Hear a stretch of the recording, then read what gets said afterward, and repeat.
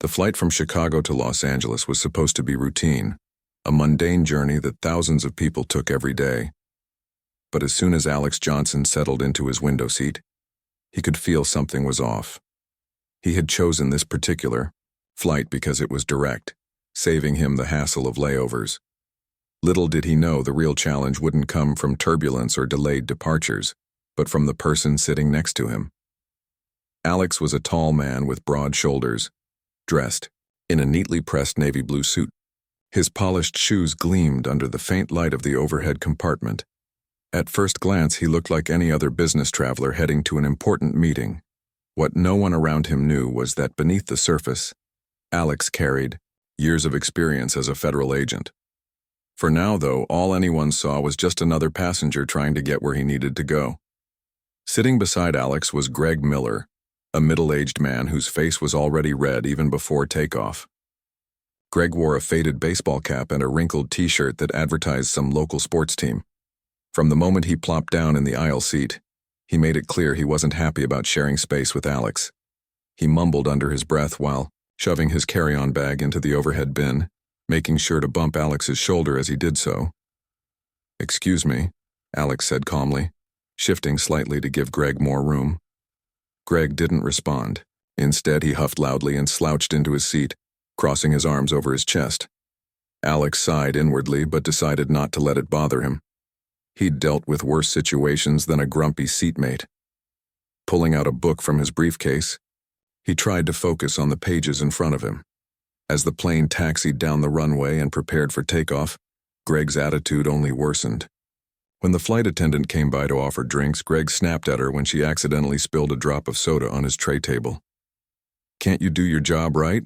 he barked, glaring at her until she hurried away. Nearby passengers exchanged uneasy glances, clearly uncomfortable with the hostility radiating from Greg's side of the row.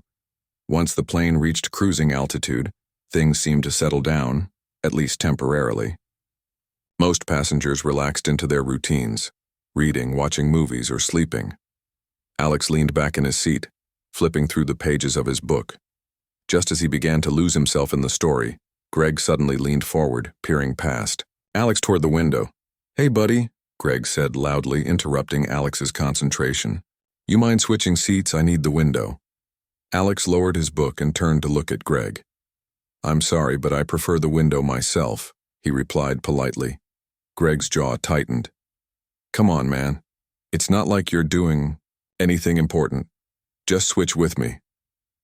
"I'm fine here, thanks," Alex said firmly, returning his attention to his book. For a moment there was silence. Then Greg muttered something under his breath, something sharp and biting. Alex caught the word "you people" and felt his stomach tighten. He didn't respond immediately, choosing instead to keep reading. Experience had taught him that sometimes ignoring ignorance was the best way to handle it. But Greg wasn't done. If anything, Alex's refusal fueled his frustration. Leaning closer, Greg sneered. "You think you're better than everyone else, huh? Sitting there pretending to read your fancy book." At this point, several nearby passengers were openly staring, sensing the tension building between the two men. Alex closed his book slowly, placing it on his lap. He met Greg's gaze directly, his expression calm but unyielding. "I don't have a problem with you," Alex said evenly. "But if you want to continue this conversation, we can do it respectfully." Greg scoffed. "Respectfully? Please. You don't deserve respect. Not after what you've done." "What exactly have I done?" Alex asked, raising an eyebrow. "You know what I mean?" Greg spat. "People like you always cause trouble, always thinking you're entitled to everything." By now, whispers rippled through the cabin. Some passengers shifted uncomfortably in their seats while others pulled out their phones, subtly recording the exchange. One woman seated across the aisle leaned forward nervously. "Is everything okay?" she asked softly. "It will be," Alex assured her, his voice steady. Turning back to Greg, he added, "If you have an issue with me, say it outright. Don't hide behind vague insults." Greg hesitated, thrown off by Alex's composure. Finally, he blurted out, "Fine. I'll..." "Say it. I don't want to sit next to someone like you." I demand you move somewhere else. And why is that? Alex asked, his tone still measured. Because you're black, Greg exclaimed, his voice rising loud enough for half the cabin to hear. Gasps echoed throughout the plane. Even the flight attendants froze mid-step, unsure how to handle the escalating situation. Alex remained silent for a beat, letting the weight of Greg's words sink in. Then, without missing a beat, he reached into his jacket pocket and pulled out a leather wallet. Flipping it open, he revealed a badge and identification card. The golden letters glinted under the cabin lights. Federal Bureau of Investigation. Greg's eyes widened in shock. His mouth opened and closed like a fish out of water, unable to form coherent words. Color drained from his face as realization dawned on him. He had just picked a fight with someone far more powerful than he'd anticipated. Before Greg could stammer an apology, Alex spoke again, his voice cool and authoritative. Now that we've established who I am, perhaps you'd like to reconsider your demand. The entire cabin held its breath, waiting to see how Greg would respond. The silence that followed Alex's revelation was deafening. Passengers who had been whispering amongst themselves moments earlier now sat frozen, their eyes darting between Greg and Alex. Even the flight attendants seemed unsure whether to intervene or let the situation play out naturally.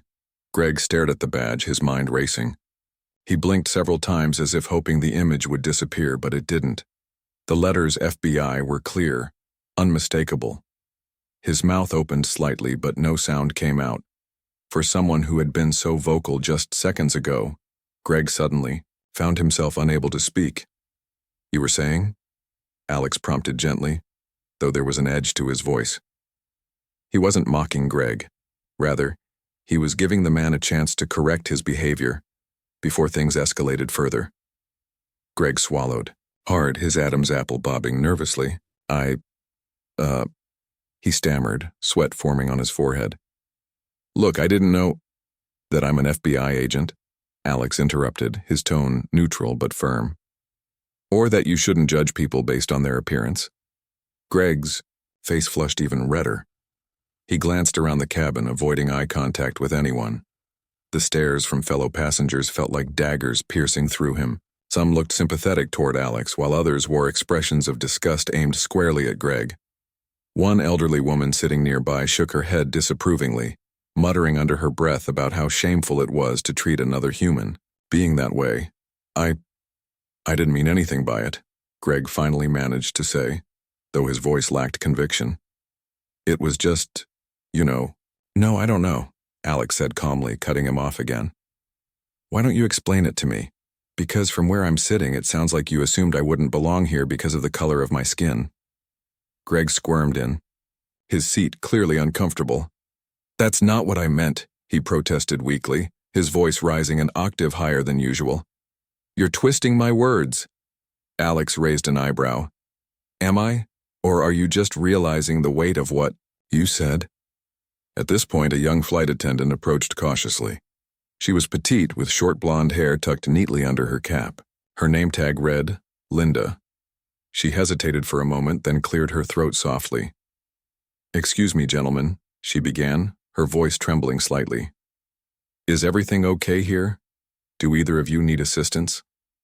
Alex turned to Linda and gave her a reassuring smile. Everything's fine, thank you, he said politely. Just having a conversation.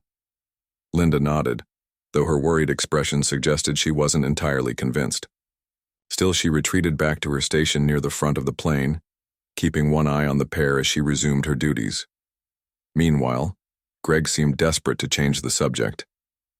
So, what kind of work do you do with the FBI? He asked, awkwardly, attempting to sound casual.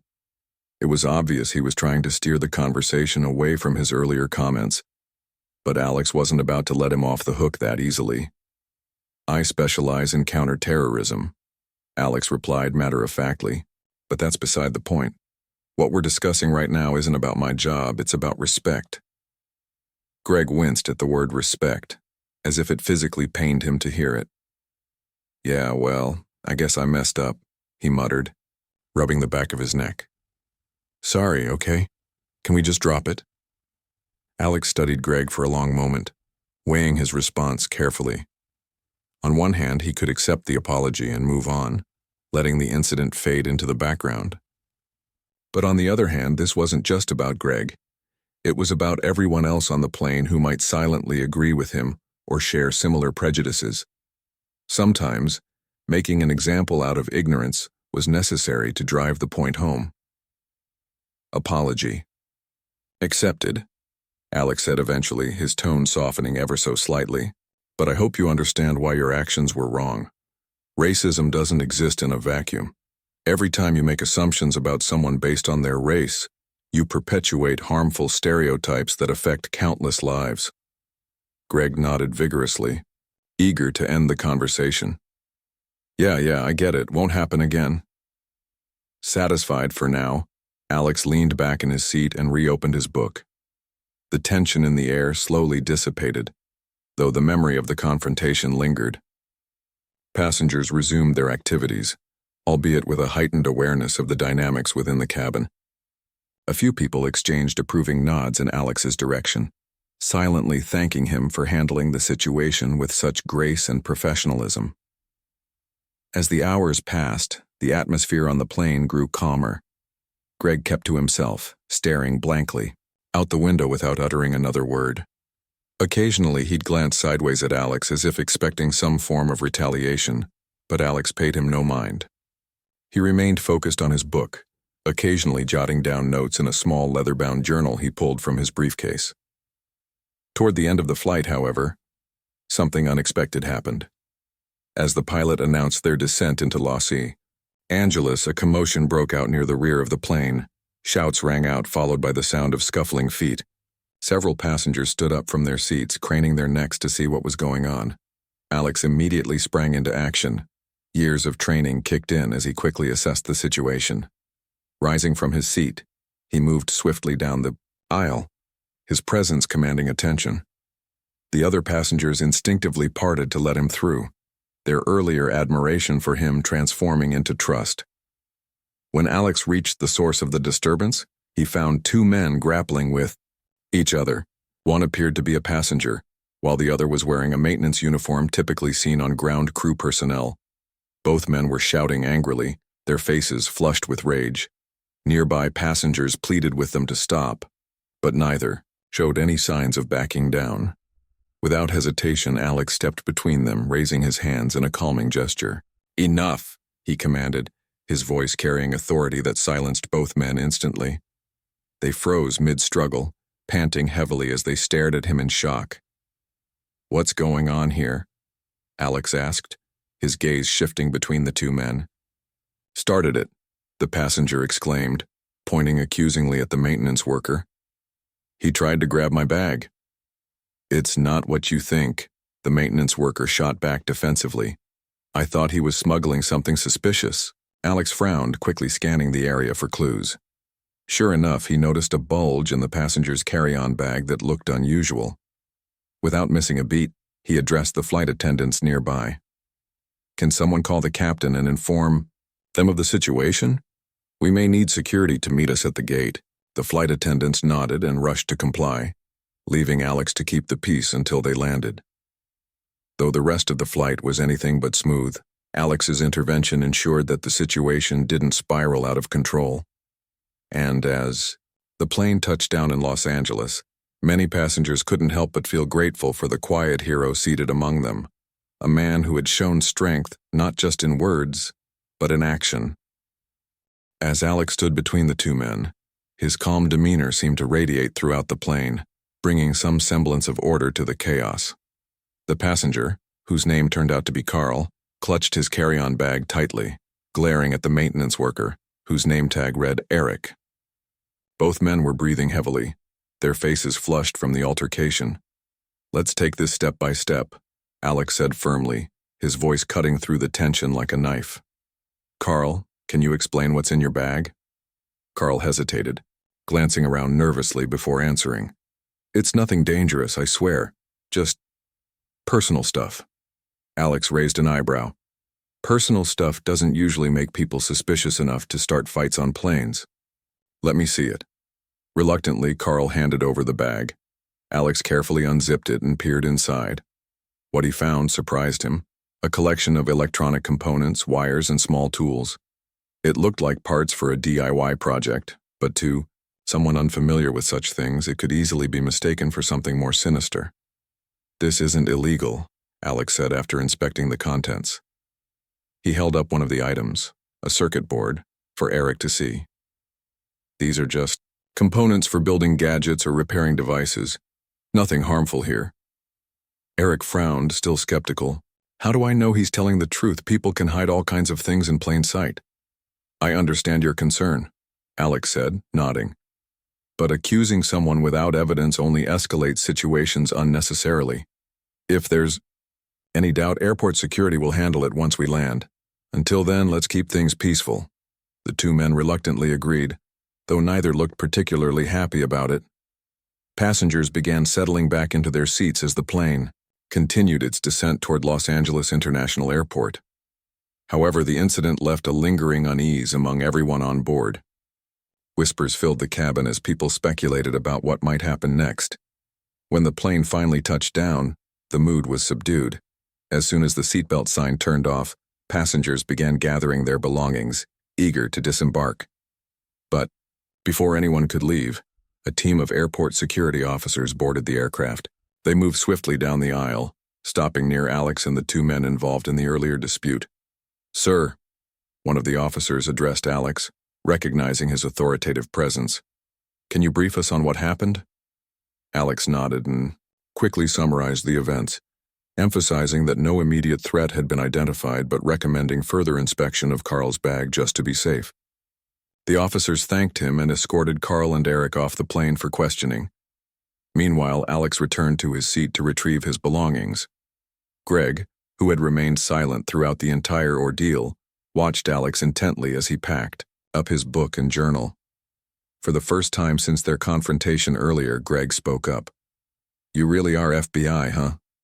he asked quietly, almost timidly. "Yes," Alex replied simply, not bothering to elaborate. Greg shifted uncomfortably in his seat. "Look, I want to say again that I'm sorry about before. I don't know what came over me. I guess I let my biases get the better of me." Alex paused, considering Greg's words. While he appreciated the apology, he knew apologies alone didn't erase prejudice. "Apologies are a start," he said evenly, "but real change comes from understanding why those biases exist and actively working to overcome them." Greg nodded slowly, looking genuinely remorseful. "I'll try. Really, I will." With that, Alex grabbed his carry-on bag and headed toward the exit. As he stepped off the plane, he noticed several passengers smiling at him or offering quiet words of gratitude. One elderly woman even stopped him briefly to shake his hand. "Thank you for handling everything so well," she said warmly. "We need more people like you in this world." Alex smiled politely. "Just doing my job, ma'am." Once inside the terminal, Alex made his way to baggage claim. His phone buzzed in his pocket and he pulled it out to check the message. It was from his supervisor. "Mission briefing at HQ in 2 hours. Be ready." Alex sighed softly. Even after a long flight and a chaotic day, work never stopped. He hailed a taxi outside the airport and gave the driver the address to the local FBI field office. During the ride, he reviewed the notes he'd jotted down earlier in his journal, mentally preparing himself for whatever lay ahead. Upon arriving at the office, Alex was greeted by Agent Laura Bennett, a colleague he'd worked with on several high-profile cases. She was a petite woman with sharp features and an even sharper mind. Her dark hair was tied back in a neat ponytail, and she wore a crisp white blouse under her blazer. "Glad you're here," Laura said as they walked toward the conference room. "We've got a situation brewing downtown. Possible terrorist activity linked to a group we've been monitoring for months." Alex raised an eyebrow. "Any specifics?" "Not yet," Laura admitted. "But intel suggests they may be planning something big within the next 48 hours. We need to move fast." Inside the conference room, the rest of the team was already gathered. Maps, photos, and documents covered the large table in the center of the room. Alex took a seat and listened, intently as Laura outlined the details of the case. The suspected group, known as Shadow Nexus, had been operating under the radar for years, using encrypted communications and decentralized networks to evade detection. They've recently surfaced in connection with a series of cyber attacks targeting critical infrastructure, Laura explained. Power grids, water supplies, you name it. Our analysts believe they're testing vulnerabilities for a larger strike. Alex leaned forward, studying the information laid out before him. Do we have any leads on where they might be operating? From? We've traced some of their activity to a warehouse district near the harbor, Laura replied. But we'll need boots on the ground to confirm. That's where you come in. Nodding, Alex accepted the assignment without hesitation. This was exactly why he joined the FBI, to protect innocent lives and prevent disasters before they happened. Over the next hour, the team finalized their strategy, assigning roles and responsibilities for the upcoming operation. As the meeting wrapped up, Alex lingered behind to speak privately with Laura. What's our timeline? He asked. Tonight, she said grimly. If we wait too long, we risk losing them entirely. Alex exhaled sharply. Another late night awaited him. Still, he couldn't deny the adrenaline coursing through his veins. There was something uniquely satisfying about putting his skills to use in moments like these, moments when the stakes were highest and every decision mattered. Before leaving the office, Alex sent a quick text to his sister Maya, letting her know he wouldn't be home for dinner. Maya often teased him about his unpredictable schedule, but she understood the importance of his work. Her reply came almost instantly. Stay safe out there, big brother. With renewed focus, Alex headed back to his car. The city buzzed with life around him, oblivious to the danger lurking in the shadows.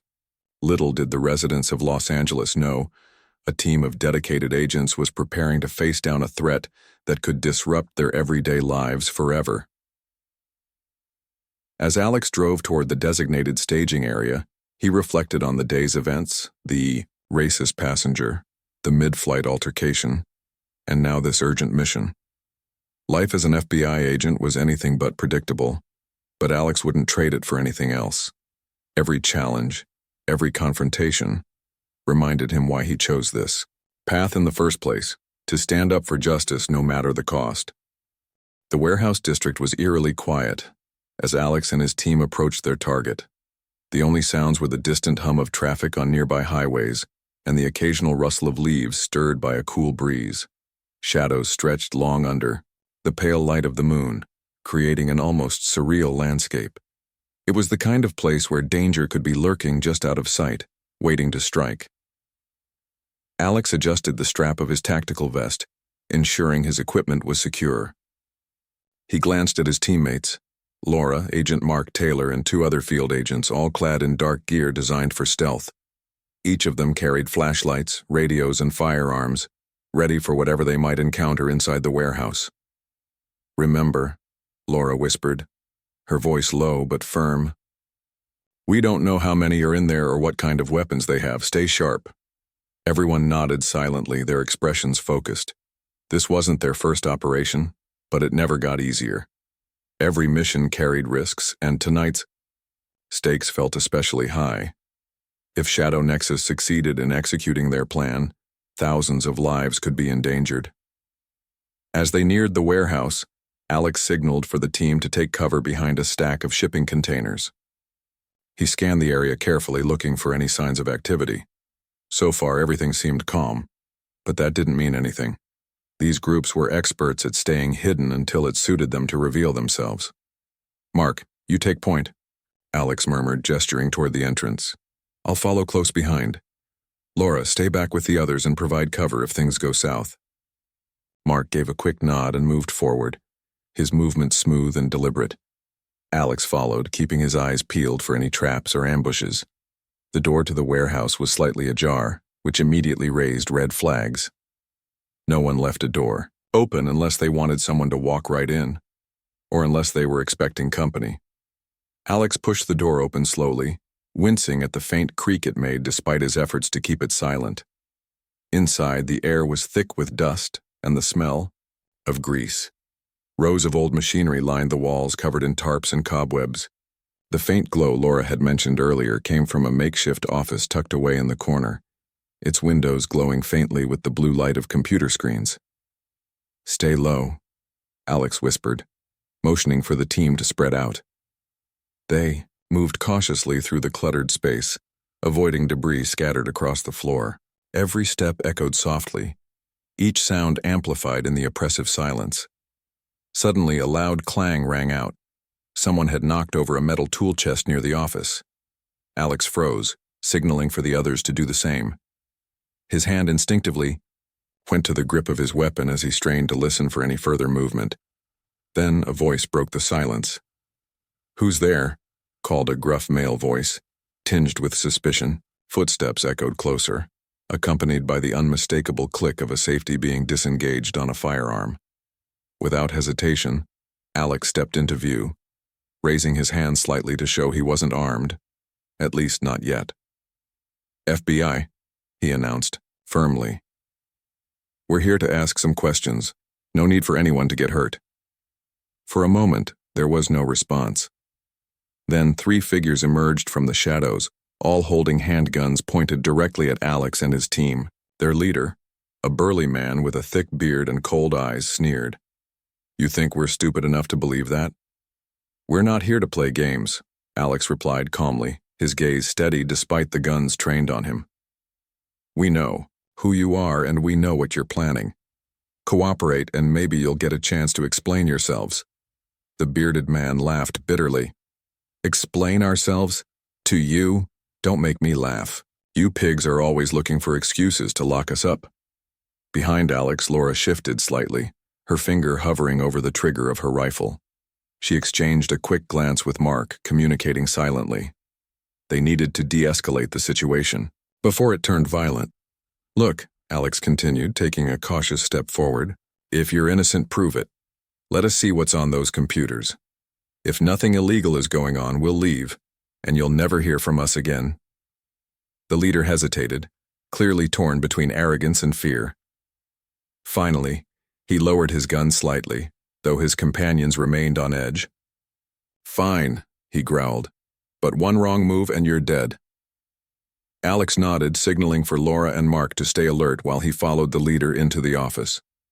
Inside, several laptops sat on a folding table, their screens displaying lines of code and maps of Los Angeles. Alex recognized the layout immediately. It matched the infrastructure systems Shadow Nexus had been targeting. "This confirms it," Alex said quietly, pulling out his phone to snap photos of the evidence. "You've been hacking into critical systems. That's terrorism, plain and simple." The leader snarled, grabbing Alex by the collar. "You don't understand anything. We're fighting back against a system that doesn't care about people. Like us." Before Alex could respond, chaos erupted outside. Gunfire echoed through the warehouse as backup agents stormed in, surrounding the suspects. The leader released Alex and dove for cover, shouting orders to his accomplices. Bullets ricocheted off metal surfaces, sending sparks flying in every direction. "Take cover," Alex shouted, diving behind a workbench as shots whizzed past him. Laura and Mark returned fire, providing suppression while the rest of the team worked to secure the perimeter. Amid the chaos, Alex spotted an opportunity. Spotting the leader attempting to escape through a side door, he bolted after him, weaving through obstacles with practiced agility. The man was fast, but Alex was faster. With a final burst of speed, he tackled the leader to the ground, pinning him down. "It's over," Alex said firmly, pressing his knee into the man's back. "You're under arrest." Breathing heavily, the leader stopped struggling and let out a defeated sigh. As Alex cuffed him, he couldn't help but feel a mix of relief and frustration. Relief that the immediate threat had been neutralized, but frustration, knowing this was only one piece of a much larger puzzle. By the time reinforcements arrived to secure the scene, the warehouse was swarming with agents and local law enforcement. Computers, documents, and other evidence were seized for analysis. Alex joined Laura and Mark outside, watching as the suspects were loaded into unmarked vans. "You did good," Laura said, clapping Alex on the shoulder. "Another disaster averted." "Thanks," Alex replied, though his tone was subdued. But this isn't the end. Groups like Shadow Nexus aren't working alone. There's still more to uncover. Mark nodded grimly. Then we'll keep digging. One step at a time. As dawn began to break over the horizon, painting the sky in shades of orange and pink, Alex allowed himself a brief moment of reflection. Tonight had been a victory, but the fight against injustice was far from over. Whether it was confronting racism on a plane or dismantling terrorist networks, Alex knew his work would always demand courage, resilience, and unwavering dedication. The next morning, Alex walked into the FBI field office feeling both exhausted and invigorated. After spending hours processing evidence from the warehouse raid and filing reports late into the night, he hadn't gotten much sleep. But despite his fatigue, there was a sense of accomplishment that kept him going. Shadow Nexus had been stopped, at least temporarily, and their plans disrupted. Still, as Alex reminded himself repeatedly, this was just one battle in a much larger war. The office buzzed with activity when he arrived. Agents were scattered throughout the room, some typing furiously on their computers. Others gathered in small groups discussing leads. Near the center of the space stood a massive digital screen, displaying maps, timelines, and snippets of intercepted communications. It was here that Laura waved Alex over, her expression serious but focused. "We've got more intel," she said without preamble, pointing to the screen. Turns out Shadow Nexus wasn't acting alone. They're part of a broader network operating across multiple cities. Alex frowned, stepping closer to examine the details. Red dots marked locations where similar activities had been reported. Cyber attacks, suspicious purchases of equipment, even unexplained power outages. Lines connected these dots, forming a web that stretched across the country. "This changes things," Alex said thoughtfully. "If they're coordinating with other cells, we need to act fast before they regroup." Laura nodded. "Exactly. HQ wants us to prioritize Los Angeles for now, but they're sending additional teams to investigate the other sites. In the meantime, we've got analysts combing through the seized data. Hopefully something will lead us to whoever's pulling the strings." As if on cue, one of the junior agents approached with a folder in hand. "Agent Johnson," she said hesitantly, addressing Alex. "We found something interesting in the files recovered from the warehouse. Looks like encrypted messages between Shadow Nexus and someone using the alias Cypher." Alex took the folder and flipped it open. Inside were printouts of coded text alongside preliminary decryption attempts. While most of the content remained garbled, certain phrases stood out. Phase 2, timing critical, and activate contingency. "What does it mean?" the junior agent asked nervously. "It means we might be dealing with a backup plan," Alex replied grimly. "If Cypher is involved, they could already be moving forward with whatever Shadow Nexus started." Laura crossed her arms, her brow furrowed in concern. "This keeps getting worse. We need to track down Cypher ASAP. Any idea who it could be?" "Not yet," Alex admitted. "But based on the sophistication of the encryption, I'd say we're looking at someone with advanced technical skills, maybe a former hacker turned extremist." "Great," Laura muttered sarcastically. "Just what we needed, a tech genius playing hide-and-seek with us." Despite the daunting challenge ahead, Alex couldn't help but feel a spark of determination ignite within him. He thrived under pressure, especially when lives were on the line. Turning back to the screen, he began mapping out potential strategies with Laura and the team. Every clue, no matter how small, brought them one step closer to unraveling the conspiracy. Later that afternoon, Alex decided to take a break and grab lunch from the cafeteria downstairs. As he waited in line, he spotted Greg sitting at a nearby table. For a moment, Alex considered ignoring him and continuing about his day. But something about the defeated slump of Greg's shoulders made him pause. Against his better judgment, Alex approached the table. "Mind if I join you?" he asked politely. Greg looked up, startled. Sure," he stammered, clearly uncomfortable. "What are you doing here?" "I work here," Alex said simply, setting his tray down. "What about you? How did your flight end up?" Greg sighed heavily, avoiding eye contact. "Not great. Security detained me for hours after landing." Turns out carrying tools in my bag raised some eyebrows. By the time they cleared me, I missed my connecting flight and had to book a new one. Alex raised an eyebrow. Tools like the ones Carl had in his bag? Greg nodded miserably. Yeah, I'm a mechanic. I carry spare parts wherever I go. Guess I should have mentioned that earlier instead of flipping out. Alex studied Greg for a moment, noting the genuine regret in his voice. Mistakes happen, he said finally. What matters is learning from them. Greg glanced at Alex, surprised by the lack of judgment in his tone. You're not mad at me? I was, Alex admitted. But holding on to anger doesn't solve anything. Besides, we've all got bigger problems to worry about. Greg seemed to relax slightly, though guilt still lingered in his eyes. Thanks for saying that. And thanks for not making things harder for me on the plane. If I'd known you were FBI, I never would have acted like such an idiot. Alex shrugged. People make assumptions all the time. Some are harmless. Others aren't. The important thing is recognizing when you're wrong and trying to do better. They ate in silence for a while, the tension slowly melting away. Eventually, Greg spoke again. So, what exactly do you do here? Catch bad guys? Something like that, Alex said with a faint smile. Today it's cyber criminals, tomorrow who knows? Greg chuckled nervously. Sounds intense. I don't know how you handle it. It's not easy, Alex admitted. But someone has to stand up for what's right. Otherwise people, like Shadow Nexus, win. Greg nodded slowly, absorbing the words. Well, count me out of any future confrontations. Lesson learned. Alex smiled, standing up to leave. Good to hear. Take care, Greg. As he returned to the office, Alex felt a renewed sense of purpose.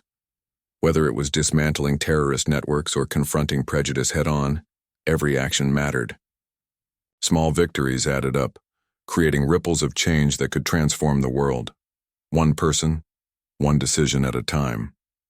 Back at his desk, Alex dove back into the case, determined to uncover Cypher's identity and stop whatever threat loomed on the horizon. With each passing hour, the pieces of the puzzle came together, bringing clarity to the chaos. And though the road ahead promised challenges, Alex faced it with unwavering resolve. Because in the end, justice wasn't just a job, it was a calling, and Alex Johnson was ready to answer it. By late evening, the FBI field office had transformed into a hive of activity. Every available agent was working tirelessly to piece together the puzzle surrounding Shadow Nexus and their mysterious leader, Cypher. Alex stood at the front of the room, his eyes fixed on the large digital screen as analysts updated it in real time. Red lines crisscrossed the map, connecting cities where suspicious activities had been reported, while one location glowed brighter than the rest, a small town in Nevada marked as the primary target. This has to be it, Laura said, joining Alex near the screen. All signs point to this being Cypher's base of operations. Alex nodded, studying the details carefully. It's remote enough to avoid detection, but close enough to major infrastructure to cause serious damage. If we don't act soon, they'll move forward with whatever they're planning.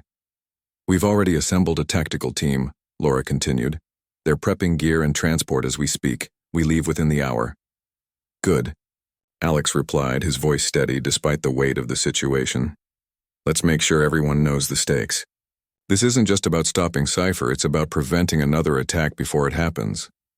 As the team prepared for departure, Alex took a moment to review the evidence one last time. Decrypted messages revealed fragments of Cypher's plan disabling power grids in key cities, causing widespread panic and chaos. It was clear that this wasn't just random destruction. It was calculated terrorism designed to destabilize the nation. The convoy of black SUVs sped through the desert under the cover of darkness, headlights cutting through the barren landscape. Inside one of the vehicles, Alex sat alongside Laura and two other agents, strategizing their approach. The air was tense, each person lost in their thoughts as they mentally rehearsed the mission ahead. When they arrived at the outskirts of the Nevada town, the convoy slowed to a crawl. The area was eerily quiet, with only the sound of crickets breaking the silence. The team parked several miles away from the suspected compound and proceeded on foot, using night vision goggles to navigate the rugged terrain. "This place gives me the creeps," one of the agents whispered as they approached the compound. Fenced off with barbed wire and guarded by motion sensors, it looked more like a fortress than a hideout. "Stay sharp," Alex murmured, signaling for the team to spread out. "We don't know what we're walking into." Using thermal imaging equipment, they identified heat signatures inside the building, several individuals moving between rooms. Alex split the team into two groups, one to breach the main entrance and the other to secure the perimeter. As they moved into position, he couldn't shake the feeling that something was off. The layout seemed too perfect, almost like a trap, waiting to be sprung. "On my mark," Alex whispered into his radio, gripping his weapon tightly. 3, 2, 1, go. The first group burst through the door, shouting orders as they swept the interior. To their surprise, the rooms were empty save for rows of computers and monitors displaying live feeds of critical infrastructure systems. It was a control center, fully operational and ready to execute its deadly mission. "Where is everyone?" Laura asked, her voice tinged with unease. Before Alex could respond, alarms blared throughout the compound. Lights flickered on, illuminating the space and revealing hidden cameras mounted on the walls. Over the intercom, a distorted voice crackled to life. "Well done, Agent Johnson," the voice taunted. "You found us, but you're too late." Alex's heart sank as he realized what was happening. They'd walked straight into Cypher's trap. The entire operation had been a decoy to distract them while the real attack unfolded elsewhere. "Fall back," Alex shouted, grabbing a laptop to extract data from the system. "We need to figure out their endgame." The team retreated quickly, dodging bursts of gunfire from automated turrets triggered by the alarm. Once outside, they regrouped and transmitted the stolen data to HQ for analysis. Within minutes, analysts confirmed the worst. Cypher had initiated a cyber attack targeting multiple power plants simultaneously. "There's no time to waste," Alex said urgently, climbing back into the SUV. "We have to get to the nearest plant and stop the override manually." The drive back toward Los Angeles felt like an eternity, every second ticking closer to disaster. When they finally reached the power plant, engineers were frantically trying to regain control of the system. Alex pushed past them, pulling up schematics on a nearby terminal. "I need access to the mainframe," he demanded, typing furiously. "If I can isolate the breach, I can shut it down." Laura worked alongside him, feeding him information as fast as she could. Sweat dripped down Alex's face as he navigated layer after layer of corrupted code, searching for the source of the intrusion. Finally, he spotted it. A single line of malicious programming disguised as legitimate software. "That's it," Alex exclaimed, highlighting the code. "If I delete this, it should sever the connection." But just as he reached for the enter key, the screen froze. A message appeared in bold letters. "You lose, Agent Johnson." "No," Alex growled, slamming his fist on the desk. He tried rebooting the system, but it was useless. The virus had taken full control. Power surged unpredictably, plunging parts of the city into darkness. For a moment, despair threatened to overwhelm him. But then, inspiration struck. Grabbing a handheld device from his pocket, Alex connected it directly to the mainframe. It was risky, but it might be their only chance. "What are you doing?" Laura asked, concern etched on her face. "Bypassing the system," Alex replied, his fingers flying over the tiny keyboard. "If I can reroute the signal through my device, I can override Cypher's commands." Seconds stretched into minutes as the team held their breath. Finally, the lights flickered back on, stabilizing as the override succeeded. Cheers erupted among the engineers, but Alex remained focused, knowing the fight wasn't over yet. Back at the office, the team celebrated their hard-fought victory. Though Cypher remained at large, they had prevented catastrophe, for now. As Alex packed up his things to head home, Laura stopped him with a smile. "You saved the day again," she said warmly. "Don't forget to take some time for yourself." "You've earned it," Alex chuckled softly, nodding. "Thanks, Laura. But tomorrow we start hunting Cypher all over again." As he drove home, Alex reflected on everything that had happened, from confronting racism on a plane to thwarting a terrorist plot. Life as an FBI agent was unpredictable, challenging, and often exhausting. Yet through it all, he found purpose in standing up for justice and protecting those who couldn't protect themselves. And as long as there were threats to face and battles to fight, Alex Johnson would be ready.